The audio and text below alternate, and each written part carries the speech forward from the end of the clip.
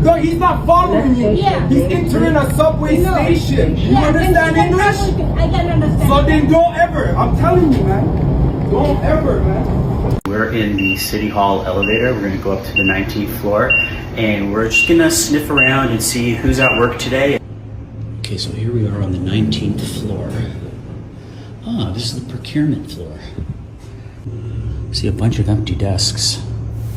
This is Canada in 2025. We're going to discuss a ton of topics and react to a bunch of videos as well, talking about the job market, the hollowing out of the manufacturing industry, and also the lack of work being done inside the City Hall in Toronto. Let's discuss in today's video, with the first one being the City Hall one. In fact, City Hall was empty on a work day. What's going on? Are they working from home? We're in the City Hall elevator. We're going to go up to the 19th floor and we're just going to sniff around and see who's at work today.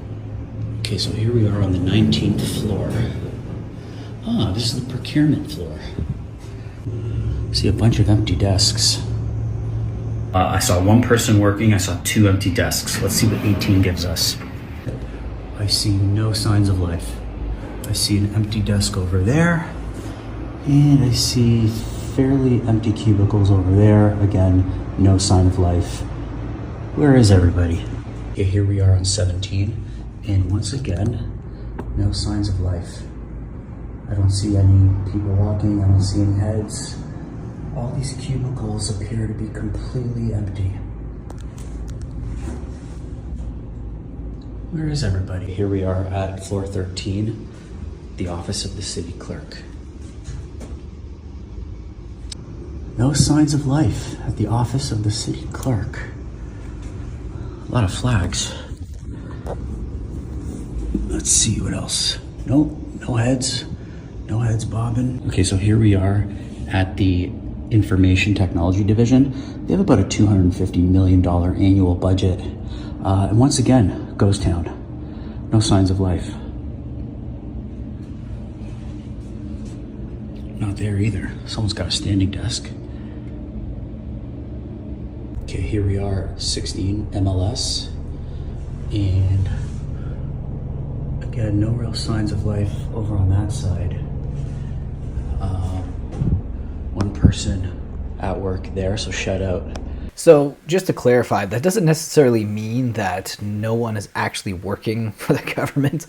I think a lot of it has to do with the fact that some of them are still working from home, but it also begs the question, why are all these major corporations demanding that workers, go back to the office, go back to the workplace, when people who work for the government don't have to abide by these same, laws, because they ultimately make the laws. So if they are the ones saying, hey, it's okay to stay at home for us, then corporations don't have the same right? Of course, they want employees in so they can actually monitor them more and everything, right? Also, it makes you way more miserable. Not that I think that's the reason why they want you to come back to the office, but you also have to consider the fact that public servants make a lot of money. So not only do they make a lot of money, they also have the benefits of working from home and not going to the office. This is a work day. This should be completely filled. Actually, it would be filled if it was like maybe 10, 15 years ago. But now after the pandemic, a lot of government employees just kind of work from home now. And, whether or not that means they're actually working a lot or working hard is yet to be seen. BC has just seen the largest monthly job loss since the pandemic. And if you're wondering how many, BC lost a staggering 16,000 jobs in July.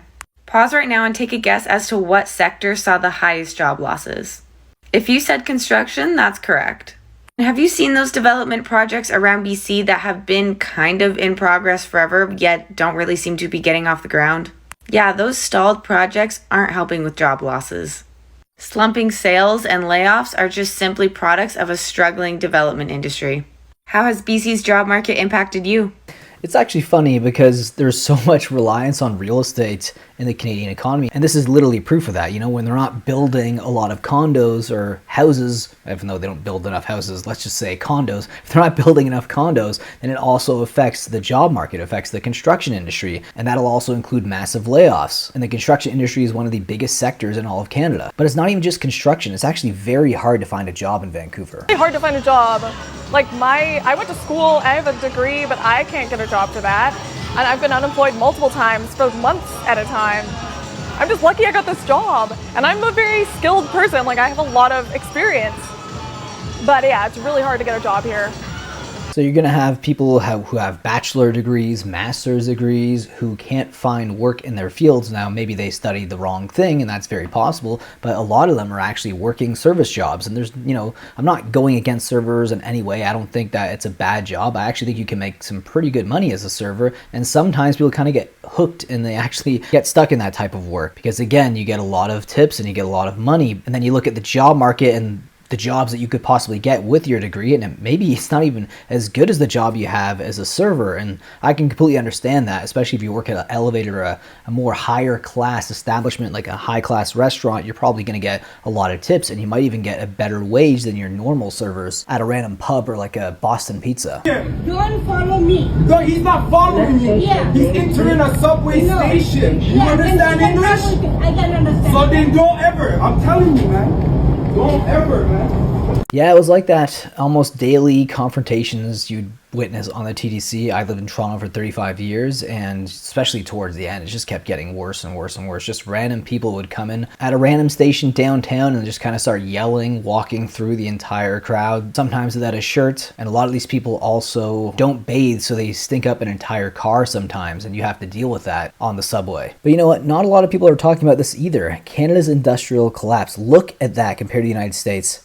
Basically, since 2010, the Great Financial Crisis, we have been completely tanking compared to the US. And that's obviously going to affect the economy. That's going to affect a lot of jobs, construction jobs, and jobs in manufacturing. And you have to ask yourself, what actually is made in Canada? This is something that caused the Great Financial Crisis. This is one of the catalysts, right? There wasn't a lot of things being made in the USA. They hollowed out a lot of their manufacturing and brought it to China, but we're seeing a lot of that happening now in Canada. We don't really make a lot of things here apart from homes, and we don't even make enough of those anymore. We basically make condos.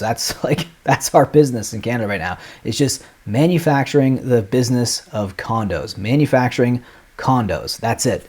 Condos, construction. Oops, we're not building any more condos, so the construction industry gets hollowed out. Unemployment continues to rise, and then we're in this vicious cycle right now. What is going to happen in the future? Leave your thoughts about Canada in 2025 in the comment section, and I'll see you guys in the next video. Take care.